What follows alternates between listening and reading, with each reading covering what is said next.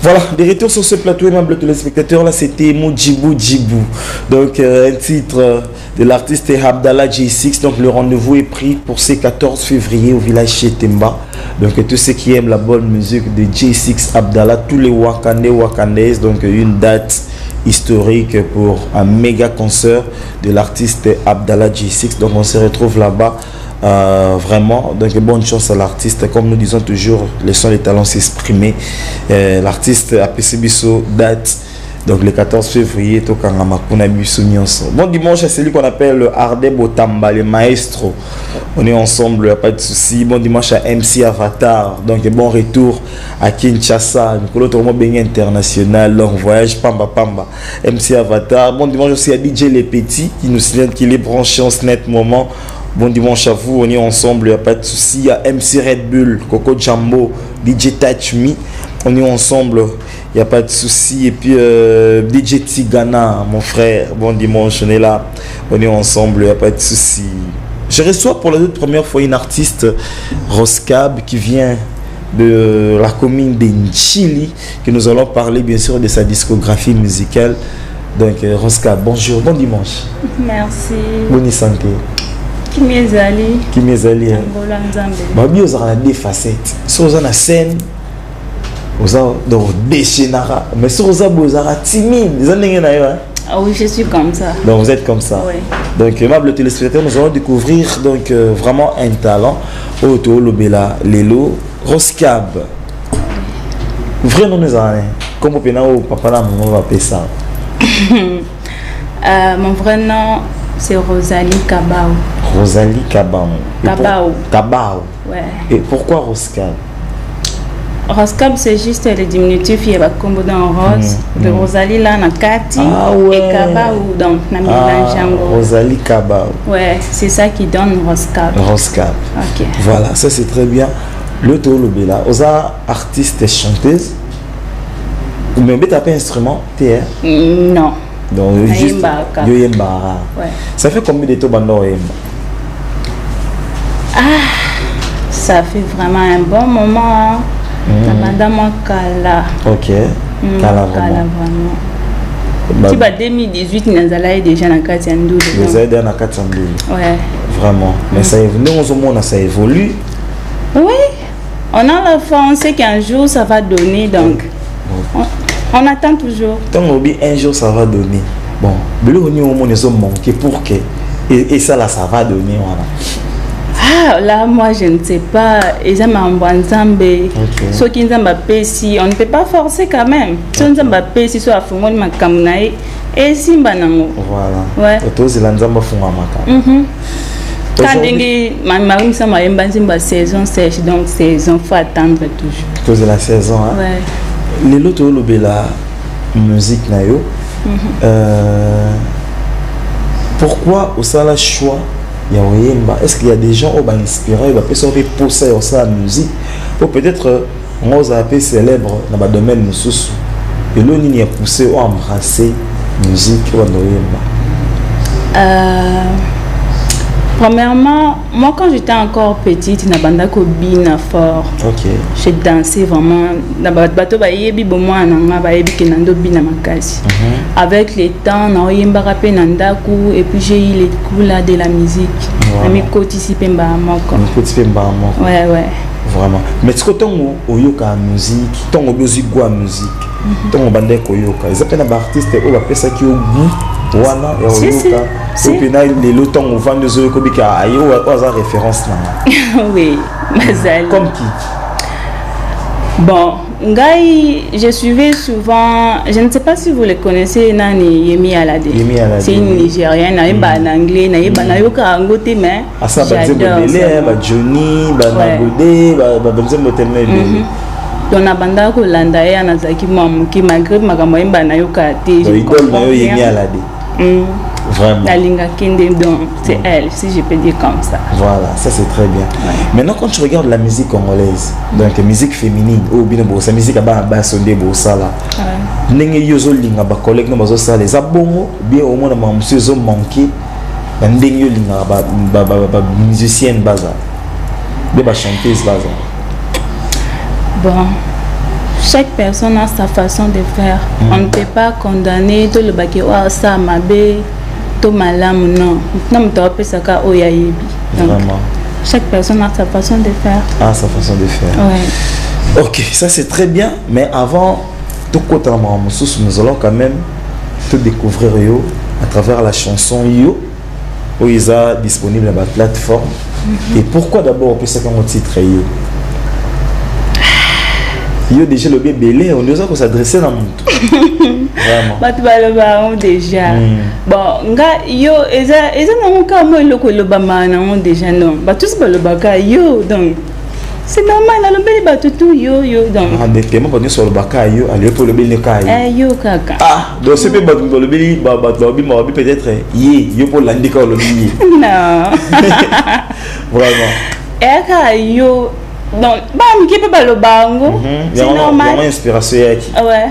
Bon, tout là, nous allons regarder la chanson Yo en exclusivité qui ferait normalement plus dans le retour aux Olanda Bissou.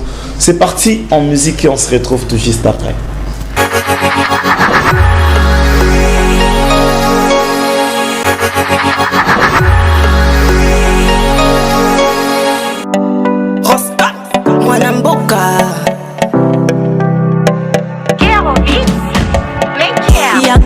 Telema tonengeza bango musala kotonga totikela bandelma nzamba zofulanga muzala ezomonana na miso nakubisa esprit nanga navandisaka nduna plan yakana fula yo mama naza mobebe biso tosilisaka batololendo yaya afera bamama bakwin badiba bakoko ekenda wapi navuta bango nyonso kaka na mobebe ngana silisaka nakomizaka ngo poussière tango nazofula nakoningisa bango nakobalola bango nakofina bango nyonso tumabulu manzengele yo yo yo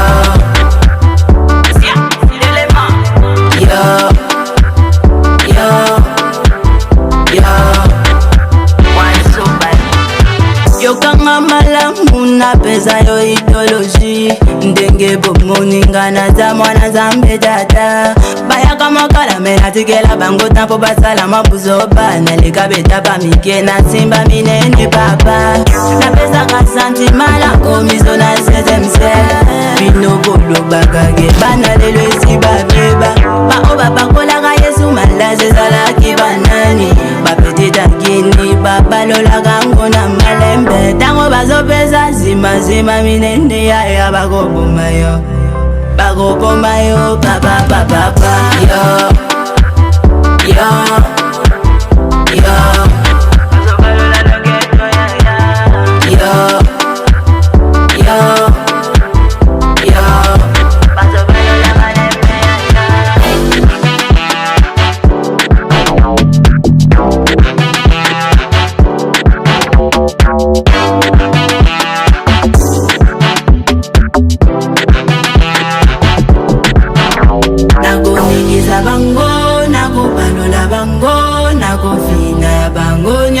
tumabulu manzengele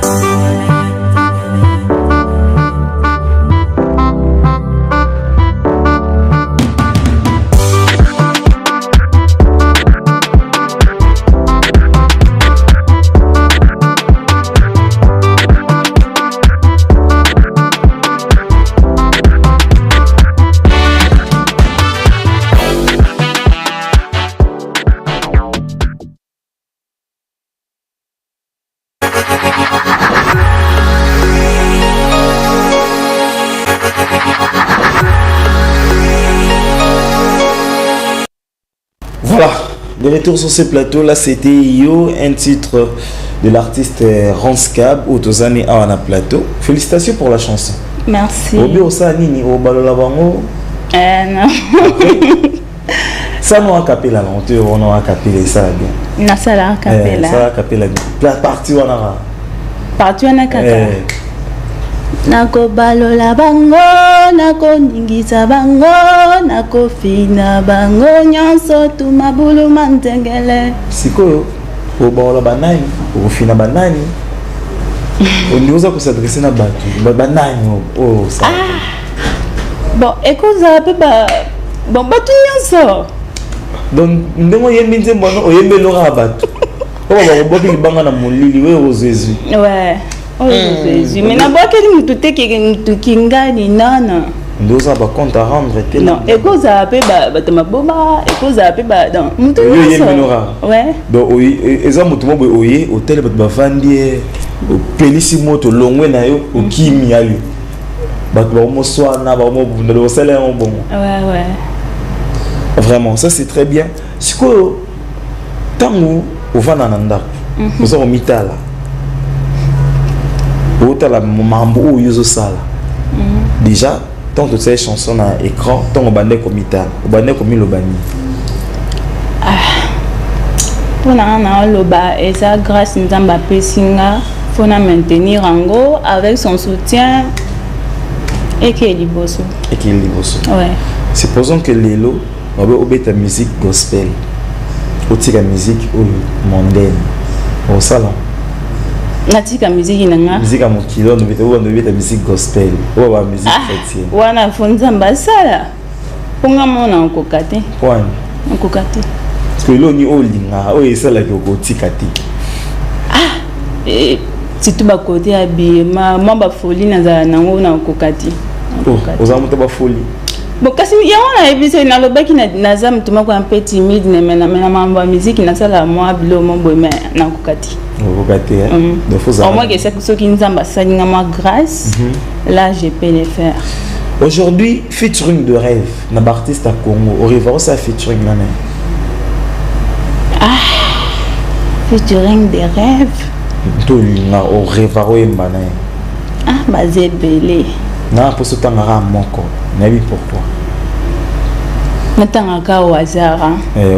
Autant moko au linga au revoir ça featuring là. Bon, ça ka fali papa. Bon. Autant la caméra au. Aux un message mon dit caméra au ya batte belé wa olanda osiko. Mais elo ni ko loba. Et qu'on convaincre, fallait pour pas permettre yo. Pour musiciens, après ça de chance à featuring, ils allaient. So ils ont notoriété, ils ont connaissance mot, ils ont appelé 1+. Si que yo nous a boyé, ils ont relève, ils ont bim. Si que message nini oyo que lancé et pas à Aigle avec toute son équipe, va permettre yo ou comme approche naïe. Pour que à permettre le futur. Bon. Tant fallait. Caméra. Ok. Tant fallait. Au petite na banda ko lando depuis mon enfance. Donc dès na zabonabi musique fallait depuis bon moi na ngai. Donc pardon. Ma featuring. Donc a singi ka pardon na besoin na imba na tant fallait. Avec de l'ambition. Oui. Donc la musique a tant fallu. Oui. D'accord. Parce que l'on est salarié et l'on est poussé la musique a tant fallu. Bon, il est aimé partout.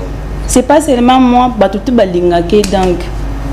Le ben pour les musiciens, moi ça ne veut pas dire qu'il y a voilà. On l'aime. Nanda ku balanda musique nae donc. Je ne pas. Nanda ku bien et à tonton Fali. Tonton Fali, moi je l'appelle comme ça. Ok. Ah ouais, ta stratégie. Oui. Non. Sinon, c'est bon, félicitations. Ouais. Ils ont tellement bien ma casse. Bon. L'émission est en polémique. C'est sans polémique. Ouais. Au moins la pose de la polémique. Aux amis tout le monde au Pélisaka moto kimina au coca polémique. Parce que dans nzembo. Donc au sangisa bango et à polémique. Ouais. Lélo. Tant que la musique féminine, artiste féminin au lingara. Au lingara te au monique ba ça musala bien. Ozo se pena musala ba sala musicalement. Et ça banane. Basé belé. Voir ce qu'on a permettre autant de belé, on a autant à mon côté. Na ba kufa na tanga bien ka ba ça bon moi ils allaient bien. Ba kufa respect na bango père leurs âmes. Bah œuvre na bango tikali bien sûr to yo ka caméra. Oh sur ba ça la fierté siko aussi bien. Bah ça tellement belé comme le bina tanga bango tout je vais citer quand même. On a la diva congolaise Barbara Kana mes respects Et à l'on elle. n'a pas Barbara Kanam. C'est juste sa façon de faire. Elle n'est pas extravagante. Donc, on a Azapena posé. On a Tatiana Cruz, Nalanda Kefort. Zébélé. Je dis Tatiana Cruz. Déjà. Cindy Lecker. Mamassi. Mamassi. Et l'on ne sait pas Mamassi. Oh, ça va. Ça va. Ouais. Ok. Mamassi, oui. De autant à ta génération. Non.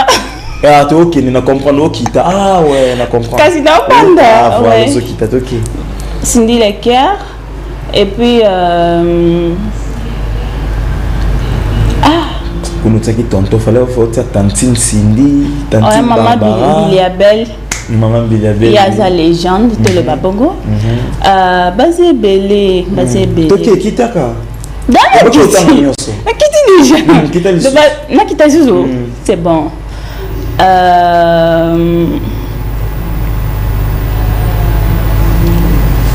Bakombo des Okima. Na aidé. Ouais. Bakombo Okima na aidé. Anita Moirabu. Ah, ça l'a bien. Ah, ça l'a bien. Et l'on ne sait pas non pas. Ah, ça la musique n'est bien. On continue. Oui. Nani. Oyebi Ney Chims. Ney Chims. Avec des mon Chili. Aza petite sœur à Rebo.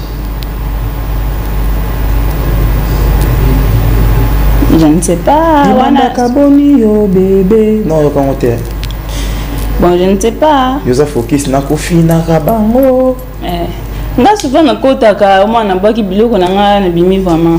Le quoi ba moment on a galé vraiment na réseau té.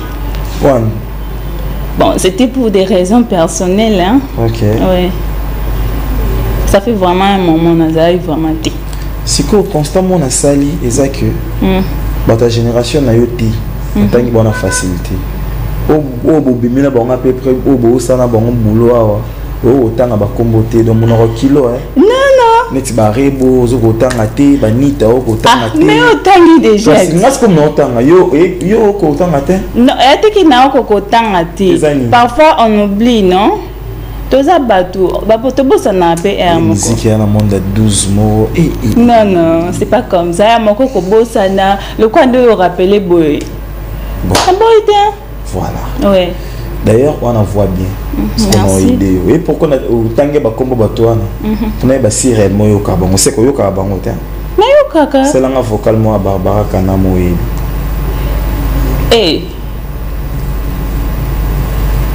Iki musika. Iki musika. Iki musika? Oui. Toi c'est là moi ya. Et comme niveau ni. Musika pardon. C'est là nga vocal mo ya mama si oyebi. Mon musika. Au moins il était Tatiana Cruz ayembela mibali bozomona soki mibali. Au moins attends ce qu'on a le bas vérité. Ce qu'on y a ça dans le kosa. Non, kosa te na c'est vérité. Le bas vérité. Parfois musique toyoka oyoka osepela nango mais moko kangi yango te okani ba parole te. Mais so ba tinzembu oyebi yango. C'est là nga vocal a Yemi Alade. Yemi Alade. Ya mutu mobo na banda kolanda banda kala na mbaka bongo.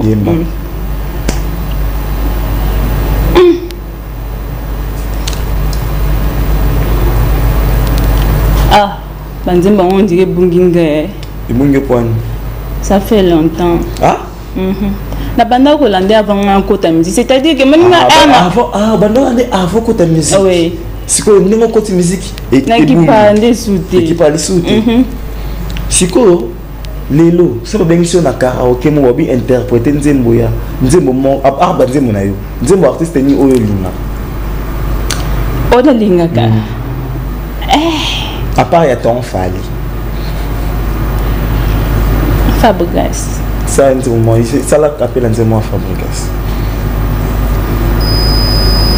Liboso nazalaki mwana kelasi oyo eshuaka te Lelo yo comme pardon ma parole est bunga ngai. C'est bunga. Naza ma stressé. Stressé point. Je ne sais pas. Tout ça pose mais la maman il bote zong. Na pe mamuki. Voilà, aimables téléspectateurs, nous allons marquer une petite pause pour faire plaisir à bande de goto Bolanda Bisso. Donc artiste a un stress mais c'est un hôtel mais l'équipe m'a cassé. Il y a beaucoup de gens dans Bolanda. Nous allons encore regarder yo. C'est parti. C'est un thème ou bien c'est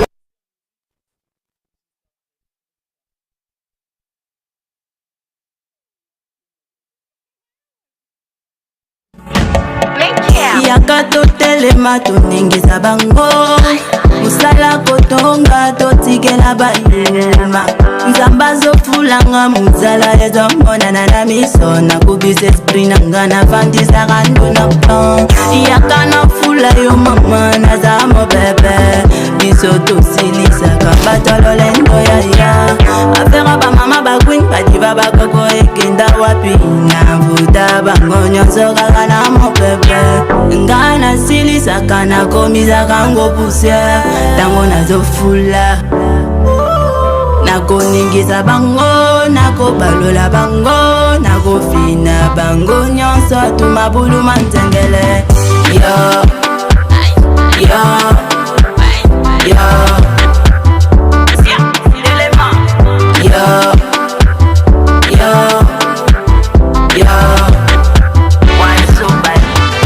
yokanga malamu na pesa yo idéologie ndenge bomoninga na za mwana zambe dada bayaka makala mena tikela bango tampo basala mabuzo bana leka betapa mike na simba minene papa na pesa ka sentiment la komiso na 16e siècle bino bolo bagage bana lelo esi babeba ba oba bakola ka yesu malaje sala ki banani ba petita gini baba lola gango na malembe tango bazopeza zima zima minene ya bagoboma yo papa papa yo yo yo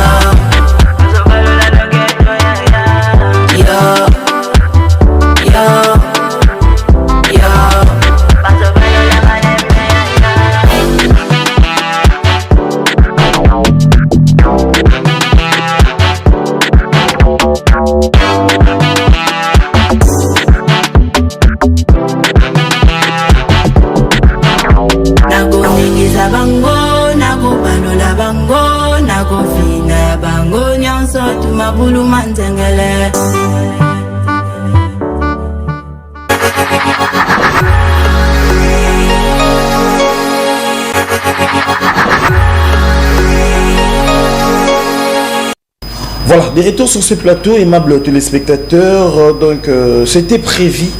L'artiste Fils Lassé, donc chef d'orchestre du groupe de Patrick Beckham, il était notre invité aujourd'hui et il nous a appelé le matin pour nous informer qu'il est suspendu. Et puis suspension à Iwana, vraiment, il a dit que à Longwe Orchestre. Donc il y a une lettre au Bapessi et il nous a dit qu'il n'est plus au sein du groupe. Il y a Patrick Beckham et c'est pour cela, ils ont raison où il s'allie que Ayate parce qu'il était, c'était prévu pour la promotion bien sûr de l'album Histoire volume D. Il y a la lettre qui est là, donc on va lire ensemble. Nous vous informons avec tout regret que cette lettre fait suite à notre discussion d'aujourd'hui lors de la réunion administrative. En effet, en date du 14 janvier 2026, vous avez violé notre règlement d'ordre intérieur, notamment chapitre 3, article 10, qui stipule les absences du travail non prohibé. Par conséquent, à compter de ces jours, les 17 janvier 2026 jusqu'au 16 mars 2026, vous êtes suspendu de toute activité de l'orchestre. Nous regrettons profondément de cette décision. Et puis, artiste Bengi Bisso pour informer que lettre suspension mais il n'est plus au sein du groupe. Il y a Patrick Beckham. Donc, jusque-là, fallait to yambe lelo, mais AIBC biso moyen ezati vu que il y a Zaki informé car l'on attend et puis tout au long de cette semaine sauf imprévu tout le gâteau est embaillé pour tout le belango vraiment peut-être bah raison valable sur elle mais ça bon beza ba mususu ou izanasi on a vraiment mais courage toujours à l'artiste et puis bonne chance place à Zali et puis nous disons aussi bon dimanche à l'artiste Patrick Bekam et puis consommer l'album Histoire volume D. Donc pour plus d'informations, le numéro est affiché au bas de vos écrans ou Bengi Bisso pour oser la précision vraiment. Roscab. De retour, hein? Ouais. Tu peux maintenant, hein? Non. Tu peux m'assurer? Non. Parce que tu as attaqué. Oui. Lélo, ce qui. Bon, supposons que Naïbi Kozam, moi-ci, bientôt peut-être au Kuba là. Oui. Ce qui le papa le qui a part daté d'aujourd'hui n'est na balio boy au sasu musique ti ondima. Bon, d'abord les mariages ça demande la communication tout solo là. Bon avant déjà. Oui, on va parler. On va parler déjà. Oui. Tout ça na rubrique mo a te bien en sala choix na de proposer des choix et au moko. OK. C'est bon? OK. Moi qui n'a pas mis sur sucre comme à l'aise. D'accord, je suis très à l'aise. Olingara saison sèche ou bien saison de pluie? Saison sèche ou bien saison de pluie? Ah! Saison nyo c'est pas normal casse. Nous c'est là bien. Nous sommes belles c'est pas là non. Mais ça peut pas inconvénient non. Nous c'est là non. Nous c'est là non bien. Oui. Au préférant mini ko yemba na studio bien à concert. Concert genre live. Live ouais. Avant de live non vraiment na sala ti. Olinga mingi studio. Oui. Ati que na lingaka. Non ndi na sali live ti. Donc quoi toi na concert moi tu préparer das ko en live. Ni na oyemba siko na live. Les oyemba na live. Oui. Ya mon bébé na musique non salitaire. Au beau ça na fort. C'est la vie. C'est la vie hein. Oui. Beaucoup c'est la cas vie macam. Bon, le lot producteur moi est Atelio au beta stade de Martyr na yo arena yo konani. Martyr na yo arena. Na préféré Martyr. Pour ni Martyr. Ouais ça mboka nanga. Donc il faut na banana comme na mboka o na zad na botami donc. Comme ça avant d'aller ailleurs, il faut commencer d'abord chez vous. Voilà. Oui. On se sent à l'aise. Ce batelio rumba na zouk. Rumba. Rumba. Oui. Pourquoi rumba? Pour sa musique na biso. Ah, yo za mingi biso. Est-ce que mingi biso mais na landa au zouk en tout cas je ne m'intéresse pas. Ah, même si le rumba était d'ailleurs na ngana sepela na ngokaka. OK. Oui. Batelio musique a confié le mélange JBM piano. De faire un choix. Bon, il faut le basco vérité. Ozoko ça trop, ils sont dans ozoko ça on aura. Après le basco vérité. Je dois te dire la vérité. JBM piano.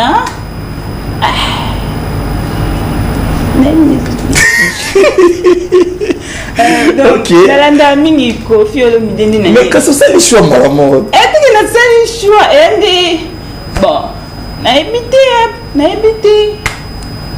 Donc je peux na. Moi je pas de moto la qui yo qui singa je peux mais ngamo boso ba te na ebina. Producteur moi Atelio BJ. Albi azui chanson yo. Abi salango remix. Pour un artiste moko ya mwasi. Ya génération na yo. Ya mwasi. Au ça on en est. Wa génération nanga. Mais la génération on a comprendre fundi na yiba mutu entela na génération nanga mon. Oui na pona ondima. Ondima? Oui. Au pona na.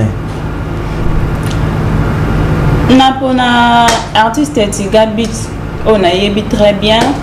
Il me considère toyemba nae. Producteur Atie BJ.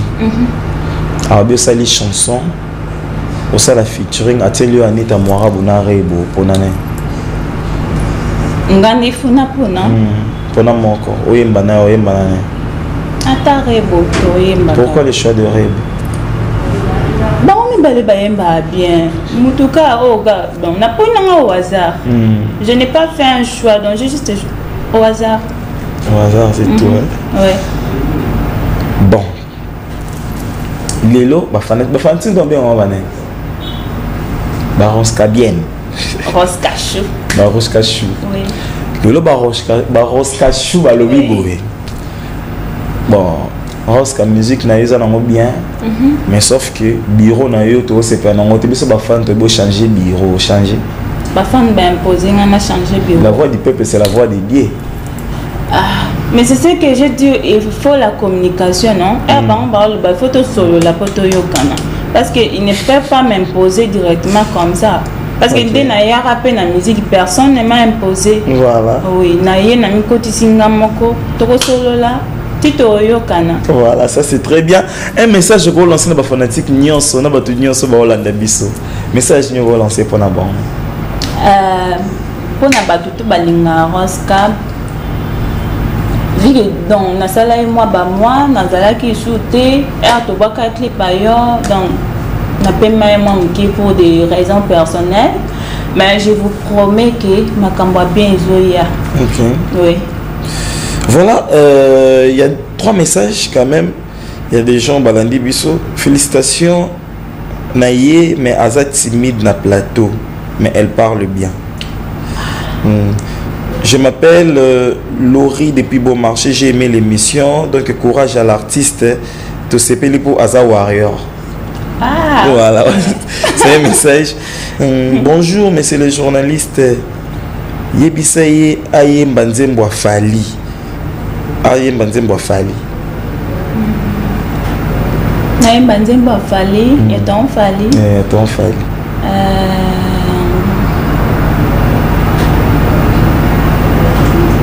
Napona waza. Eh. Parce que nous sommes à la racade bien. On a fait tirer.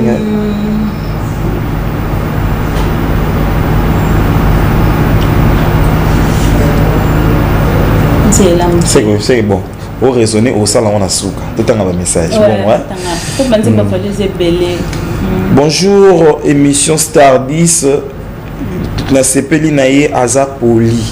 Azo respecté Bayaya. À continuer Kakabongo. Merci. Bonjour, je peux avoir le contact de l'artiste. Tu peux numéro manager. Masuka émission. Vous allez bien. Bonjour Star 10. J'aime beaucoup votre émission. Je demande la chanson. Malheureusement, bonjour. Tunaye relation nini azanango na ba musicien Njili. Apparemment on a mon Njili. Ah. Ba biso relation ozana ba musicien Njili. Baza ba musicien le quoi nga.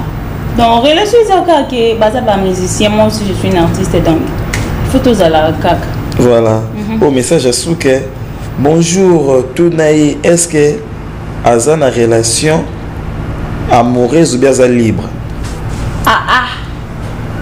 Ça c'est une question ça.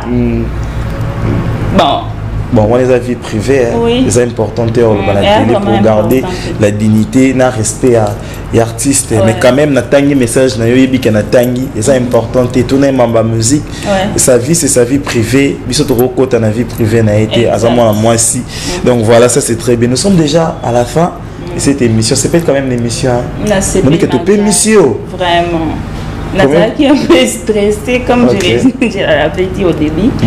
Mais quand même moi et qui t'a malin. Est-ce que le programme est ça, concert Ezali ou comment? Oui, bah concert Ezali. Ok, donc le programme c'est au Zongo tout au long. Au son manager, oui, voilà. Ezali. Voilà, je salue le manager Kerobit pour le professionnalisme et le baratroté. Donc Kerobit, les beatmakers, donc Moufouli.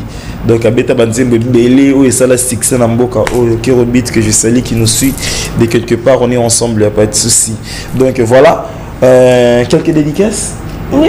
Voilà, rapidement on a vu qu'ils ont attiré votre bol en biso. Ma Nati Bobo, je sais qu'elle me suit.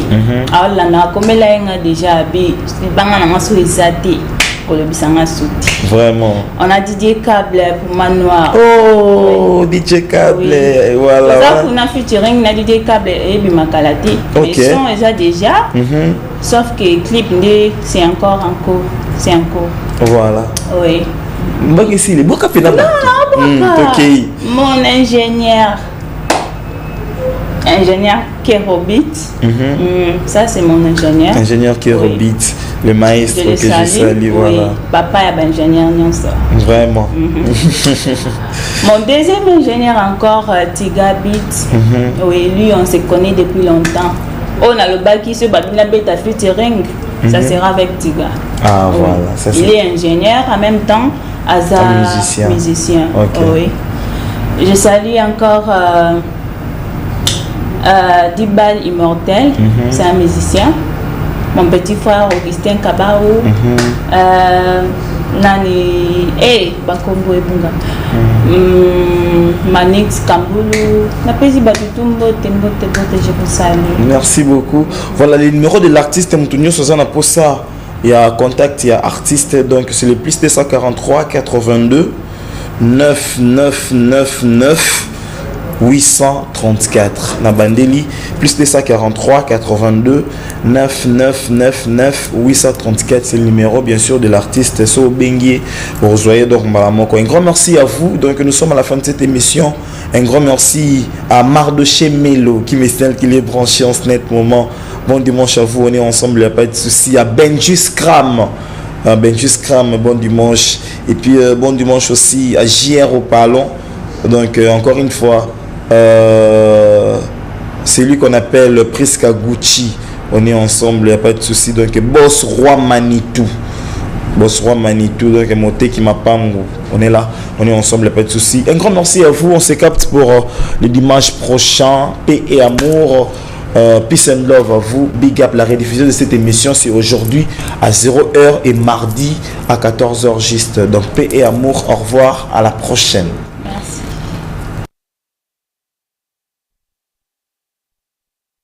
Code de la route. Patrick Beckham. Ainsi soit-il. L'œil du maître. Pape Issa Kaouni.